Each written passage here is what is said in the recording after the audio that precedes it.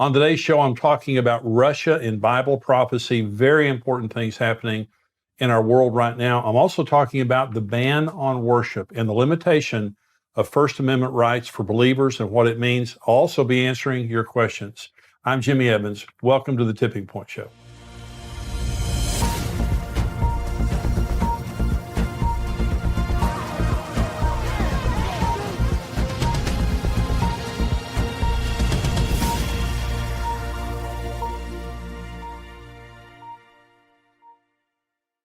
I'm going to talk about Russia in Bible prophecy. Before I get into that, let me just say we have XO Now, which is our streaming platform, and we have many resources on there, over 1,000 resources on there.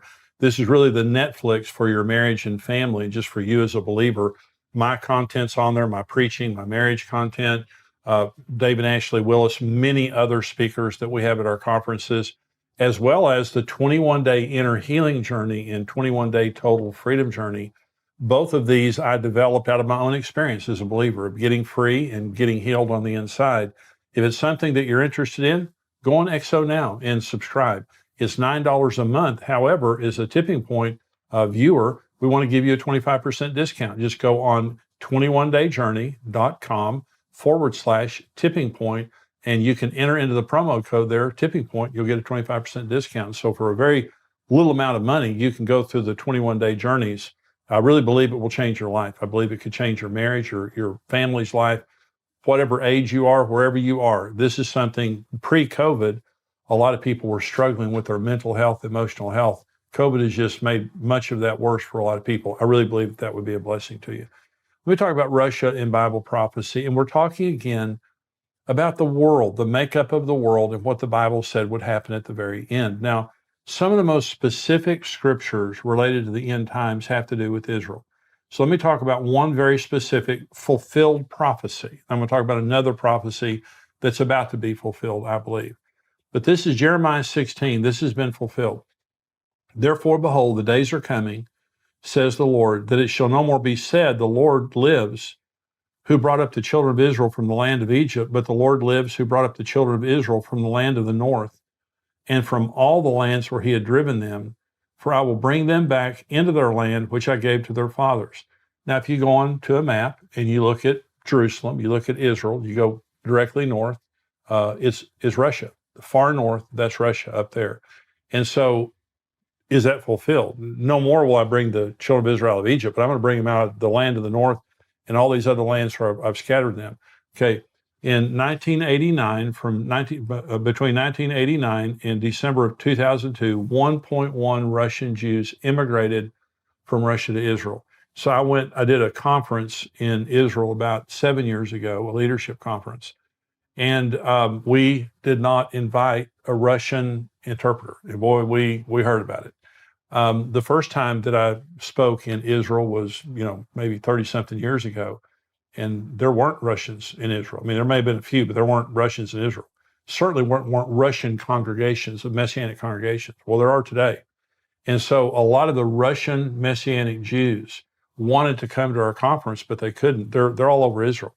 So this is a fulfilled prophecy. Now we can say it's not just God who delivered the Jews out of Egypt or out of Babylon, but now God has delivered the Jews from the north, the land of the north, from Russia, and from all the other nations where they had been scattered. This is a fulfilled prophecy. Okay, well, here's another prophecy, and you've heard me talk, if you've heard me talk much at all, about the Gog and Magog war. Now, this has not happened, but it's going to happen here pretty quick. I want to tell you how I believe it could all take place. But this is Ezekiel 38, and this is Ezekiel now prophesying a war that's going to be Russia. It's going to be Iran. It's going to be Syria. It's going to be Turkey. It's going to be Libya. It's going to be the Sudan or the area around old Ethiopia. Those kinds of nations that are aligned in their beliefs and in their opposition to Israel. And so Ezekiel 38, now the word of the Lord came to me saying, Son of man, set your face against Gog, that's a person, of the land of Magog, that's the land, the prince of Rosh, Meshech, and Tubal, and prophesy against him and say, Thus said the Lord God, Behold, I am against you, O Gog, the prince of Rosh, Meshech, and Tubal. I will turn you around, put hooks in your jaws, and lead you out with all your army, horses, and horsemen, all splendidly clothed. a great company with bucklers and shield, all of them handling swords. Persia, that's Iran. Ethiopia, that's the Sudan, that area around there. Libya, it's Libya. All of them with shield and helmet. Gomer and all of its troops. The house of Togarma from the far north, Turkey. Many people are with you. Prepare yourself and be ready, you and all your companies that are gathered about you, and be a guard for them. After many days you'll be visited. In the latter years, you will come into the land of those brought back from the sword, that's Israel, and gathered from many people on the mountains of Israel, which had long been desolate. They were brought out of the nations, and now all of them dwell safely. You will ascend like a storm, covering the land with a cloud, you and all your troops and many people with you. Now I'm going to continue on that in just a minute. And so all of these nations are aligned. Russia has been helping Iran develop their nuclear technology. Russia is aligned with all the nations that we're talking about. Russia is very much aligned militarily and economically with Iran, with Turkey. We see right now Russian troops in Syria, Iranian troops in Syria, these nations coming together, Turkey now becoming more and more militant in their position against Israel and pro-Russia. All these things are happening right before our very eyes. I'm going to talk about in just a minute about how I believe this will be provoked. But we see all these things happening right now. And so Russia is going to attack Israel. That's one of the things I'm saying. There's going to be a Russian-Muslim alliance, and they're going to attack Israel. So let me talk specifically about Russia. You say, well, why would Russia attack Israel? Well, to gain a military advantage, a strategic advantage. Israel is a very, very strategic, literally, Israel's the crossroads of the world. Africa, the Middle East, Europe, Asia, this is the center of it right there with a Mediterranean seaport. And so very strategic piece of land. However, the big deal is Israel has recently discovered massive deposits of natural gas off their coast. Okay, this is an article here, and it says Israel EU gas pipeline to compete with Russia. So think about that for just a minute. Russia sells Europe much of their oil, their heating oil and much of their oil, because Russia is oil rich. And they use it not just to get rich, they use it to control Europe. Anytime one of these European nations is getting out of line, Russia says, wait just a minute and I'll cut off your oil. This is a big deal. And so now Israel is building a pipeline to the EU so that they can pipe in cheaper natural gas, very efficient natural gas into Europe to compete with Russia. This is the article. The EU and 3 member states have backed a plan for Israel to reduce Europe's gas dependence on Russia. The European Commission ministers from Cyprus, Greece, and Italy signed up to build a new gas pipeline from Israel to Europe at a meeting in Tel Aviv on Monday, the 3rd of April. The 2200 East Med pipeline, by the way, that was in 2017. The 2,200 kilometer East Med pipeline would connect Israel and Cypriot offshore gas fields to Greece and Italy. Okay, and this goes on to talk about just the incredible benefit this would be to Europe to lessen their dependency. Okay, let me continue to read Ezekiel 38, because the first portion that I read to you there was talking about Russia and these Russian-aligned nations are going to attack Israel. Now it's going to tell you why. Ezekiel 38. Thus says Lord God, on that day it shall come to pass that thoughts will arise in your mind, and you will make an evil plan. You will say, I will go up against a land of unwalled villages.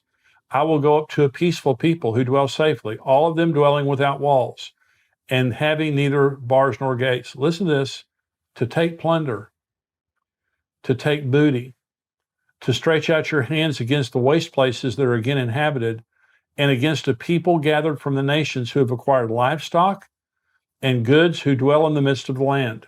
Sheba, Dedan, let me stop right there for just a minute, because this is talking about America and some of the pro-Israel nations questioning the Gog-Magog alliance. Okay, so thoughts are going to arise in your heart. First part of the text that I read to you says, I'm going to put a hook in your jaw. God says, I'm going to provoke this. A hook was an animal hook. And when a farmer had an animal that was stubborn like a mule, they put a hook in its mouth and drug it around. And so God is saying, you don't have a choice in the matter. I'm going to provoke you. I'm going to put a hook in your jaw, all of you, and I'm going to drag you down the mountains of Israel. I'm going to destroy you myself. Now here it's saying, thoughts are going to arise in your heart. You're going to have these thoughts that come to your mind that say, you know something, all that stuff that Israel has, they don't deserve it. We need to deal with the Middle East problem right now, but we need that stuff. And they're taking money out of our pocket. That natural gas that they're sending to Europe, they're lessening Europe's dependence upon us, and that hurts us financially, and it hurts us politically. And so thoughts are going to rise in your heart, and you're going to come down to take plunder, to take booty, and to come against people who now have gathered back into the land, and these are rich people. Well, let me say several things. The first time I was in Israel was probably around 1985, something like that. When I was in Israel in 1985, they said Israel was the 5th largest exporter of agricultural produce in the world. The Israelis invented drip irrigation. They can grow stuff that you can't even imagine how rich the land is. It blossomed like a rose. That's another old... I feel like I'm losing my mind. Is everybody in the world blind? Please, Lord, give me a sign, a sign. I feel like I'm losing my mind. Is everybody in the world blind? Please, Lord, give me a sign, a sign. I wanna be the greatest. Everybody on their fake shit. I look around and feel like everybody is the fakest. I make this every day and I'm impatient, hoping one day I blow up from the basement. Statement, the top is so vacant. I don't hear shit that I think is amazing. Waiting for my day when I'm playing sold out shows for 1,000 faces. Hey, give me that crown, get in my way and to be put down. It ain't your place, all this my town. If I want that shit, then I'll get it right now. I'm losing it, the noose it fits. I'm losing shit, a stupid myth. You choose to live or choose to dip. You choose to fight or lose your grip and lose a gift. I feel like I'm losing my mind. Is everybody in the world blind? Please, Lord, give me a sign, a sign. I feel like I'm losing my mind. Is everybody in the world blind? Please, Lord, give me a sign, a sign. Yeah. There's no mercy in this world, just hunger-thirsty persons in different versions, each new update, that shit worsens. Why? Pull back the curtain and you'll see the different vermin. We all have different burdens that all seem to cause disturbance. Yo, do me a favor, don't treat me like a neighbor. Don't need the different flavors of your problems just to savor. I've got my own issues, I need a comb to get through. Don't need to groan with you, just go get your own tissue. I feel like I'm losing my mind. Is everybody in the world blind? Please, Lord, give me a sign, a sign. I feel like I'm losing my mind. Is everybody in the world blind? Please, Lord, give me a sign, a sign. That's it, the end of the song. Next time you'll sing along. Trust me, there's nothing wrong. I just need to carry on, cause society's a myth put there to make you sit. Listen to what they give. Don't ask questions, shut your lid.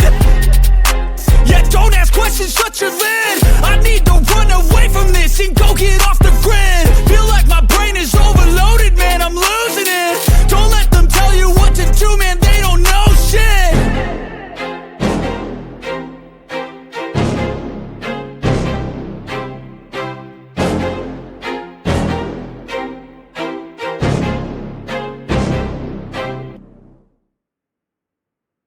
Testament prophecy that came true when Israel came back to the land. It is the most rich, abundant land you've ever seen in your life. The Dead Sea has over 1 billion tons of chemicals in it. We swam in the Dead Sea. You don't swim in the Dead Sea. You just kind of lay on top of the water. It's like motor oil.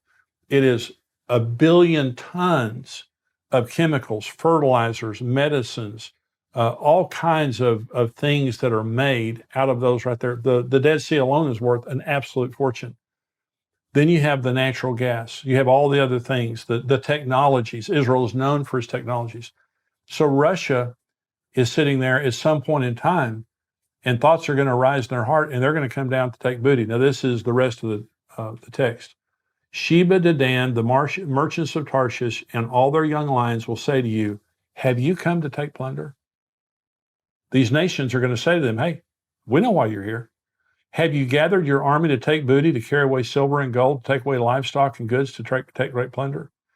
So here's the interesting thing. Sheba, Dedan, Tarshish, and her young lions. Sheba and Dedan, that's the Arabian Peninsula. That's Saudi Arabia. That's Yemen. That's Qatar. That's the UAE. That's Oman. Those are the nations of the Arabian Peninsula that have come into the Abraham Accords. Now, Saudi Arabia hasn't yet come into the Abraham Accords, but they're warming up to Israel. And they're very pro-Western. So this peninsula here is very much today aligned with Great Britain and the United States. Tarshish, I believe, is Great Britain. The lions, the national symbol of England, is a lion. Young lions means a colony, an offshoot. Okay, America is by far the most powerful of all of the colonies of Britain. And so what this is saying is, if this happened tomorrow, that Russia, Iran, Syria, Turkey, all these nations come together against Israel to attack them, but their real purpose is plunder. It's not noble to solve the Middle East problem. It's to take plunder. And of all the nations that are in the world today, the Arabian Peninsula, Great Britain, and the United States say, wait just a minute. We know exactly why you're here. You have come down to steal what is not yours. You're not here for any great diplomatic purpose. You are here so you can take away what these people have that has prospered in their hand because of the blessing of God. So I'm doing these programs on all these nations in Bible prophecy to show you geopolitically everything is the way the Bible said it would be right now. The Gog and Magog alliance, it exists. They're against Israel. They're all in relationship to one another. Then you have the Sheba, Dedan, Tarshish, her young lions. We're all aligned together in our support of Israel. And so these things are happening before our eyes. So again, I believe that end time prophecy is ready to be fulfilled. Now, why do I say that the Gog-Magog war could happen at any time? Iran, Blinken, the new Secretary of State, in his first few days in office said Iran is weeks away from getting nuclear material. Now, Israel came out at the same time saying, even if they got the nuclear material today, it's still going to take them a year to year and a half to have a nuclear weapon. That's still very quick. We are looking at months where Iran is going to have a nuclear weapon. They're going to have a nuclear weapon. Okay, all the talks and all that stuff, yeah, I don't think it makes a nickel's worth of difference. They've never lived true to an agreement yet. So they're going to get a nuclear weapon. They are vowed publicly on the record. Iran is vowed to the destruction of Israel. No doubt about it. Okay. That's why I don't believe Israel will ever allow Iran to get a nuclear weapon. What am I saying? I'm saying they're going to bomb Iran. I believe that if Iran is allowed to get a nuclear weapon, Israel at some point is going to preemptively strike them because it is an existential threat to Israel. Can happen. So when God says, I'm going to provoke you, can you imagine what would happen tomorrow or today if Israel bombed Iran? Russia has been warning the United States and Israel for years in protection of Iran, and Russia has been saying, you touch them, you have problems with us. So if Israel preemptively struck Iran to keep them from getting a nuclear weapon, I believe, my personal opinion is, and I put this in my book, The Tipping Point, I personally believe that could begin the Gog and Magog war. One way or the other, it's going to happen. One way or the other, all of the pieces are being aligned right now. Bible prophecy is coming true right before our very eyes. And that's the point. Now, if you're not a subscriber, I'm going to say bye to you now because we have another part of the program that's for subscribers only, but you can subscribe for $7 a month, $77 a year. We'd love to have you as a subscriber. If you are a subscriber, stay tuned. I'll be right back.